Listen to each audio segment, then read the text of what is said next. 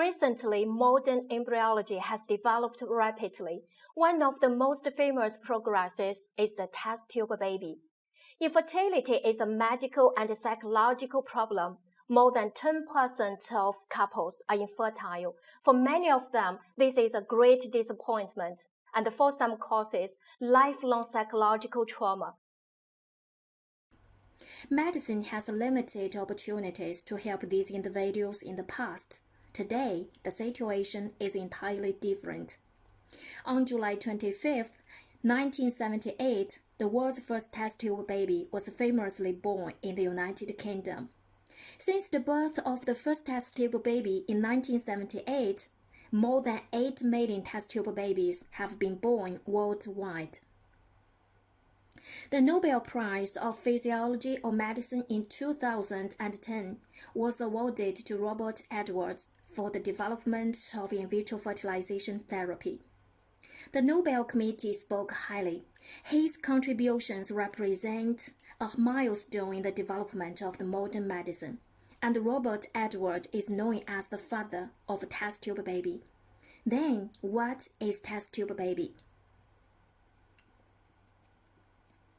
In vitro fertilization is the joining of a woman's egg and a man's sperm in the laboratory dish. In vitro means outside the body. Fertilization means the sperm has attached to and into the egg. Normally, an egg and sperm are fertilized inside the woman's body. If the fertilized egg attaches to the endometrium of the uterus and continues to grow, a baby is born about 9 months later. This process is called natural conception. In vitro fertilization is a form of assisted reproductive technology. It's used when the sperm and egg can't meet spontaneously. Common causes include obstructed fallopian tubes to fill eggs and impaired production of the sperm. It's most often tried when other less expensive fertility techniques have failed. For in vitro fertilization, there are 5 basic steps. The first step is a ovulation.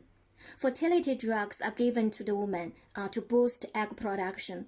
Normally, a woman produces 1 egg per month. Fertility drugs tell the ovaries to produce several eggs. The second step is egg retrieval. A minor surgery called follicle aspiration is done to remove the eggs from the woman's body.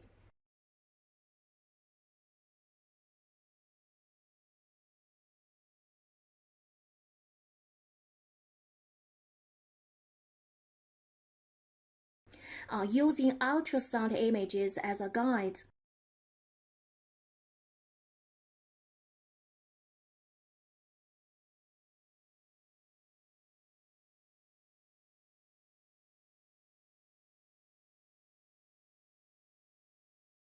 The doctor inserts a thin needle through the vagina and into the ovary and the follicles containing the eggs. The needle is connected to a suction device, which pulls the eggs and fluid out of each follicle, one at a time. As the third step is fertilization.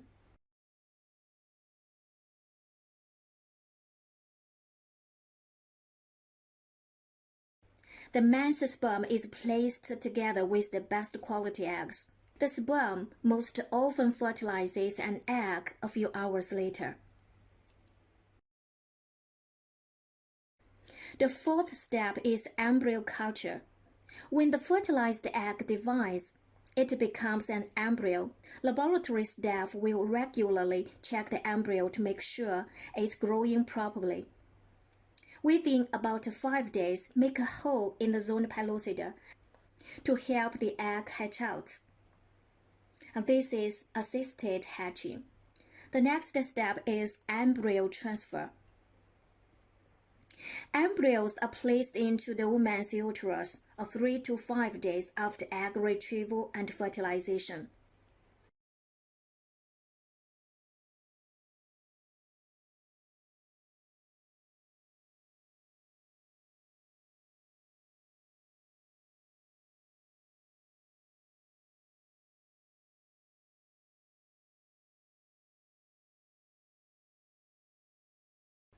The doctor inserts a thin catheter containing the embryos into the woman's vagina, through the cervix and up into the uterus.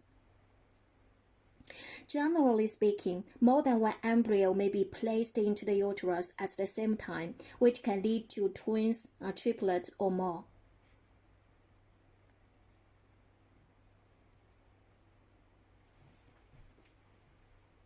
This is the procedure of the in vitro fertilization, also known as the first generation of a test tube baby. If male infertility factors cause the sperm lack the ability to penetrate the egg, the first generation of a test tube baby doesn't work. Male infertility factors can include any of the following: low sperm counts, poor sperm quality, sperm that lack the ability to penetrate an egg. The sperm may be directly injected into the egg. This is called intracytoplasmic sperm injection, ICSI for short, also known as the second generation of test tube baby. And if one or both genetic parents have a known genetic abnormality, pre-implantation genetic diagnosis is performed on the embryo to determine if it also carries a genetic abnormality. Pre-implantation genetic diagnosis is the third generation of test tube baby, avoiding a high risk of having a child affected with a genetic disease prior to implantation. Laboratory scientists remove a single cell from each embryo and screen the DNA for specific genetic disorders to determine if the inheritance of the problematic gene is present in each of the embryo. Once a pre-implantation genetic diagnosis has identified embryos free of the genetic problems, the embryo will be placed in the uterus, usually by an in vitro fertilization procedure. Thus, pre-implantation genetic diagnosis help parents decide which embryos to implant. This decreases the chance of passing a disorder onto a child. July 25th marks a very special day, the birthday of Louis Brown, the first in vitro fertilization baby. Since then, more than 8 million in vitro fertilization babies have brought unimaginable happiness to their parents. Otherwise, their parents might never be able to know such joy. The July 25th is designated as the World Embryologist Day. This discovery opened a new era of embryo research and reproductive control. In addition, scientists have also made brilliant achievements in embryo engineering, including embryonic stem cells, somatic cell cloning, and so on. We will talk about them later. All in all, embryology is one of the most active branches of developmental biology. I believe the more you learn, the more you love it. Thanks for listening. See you next time.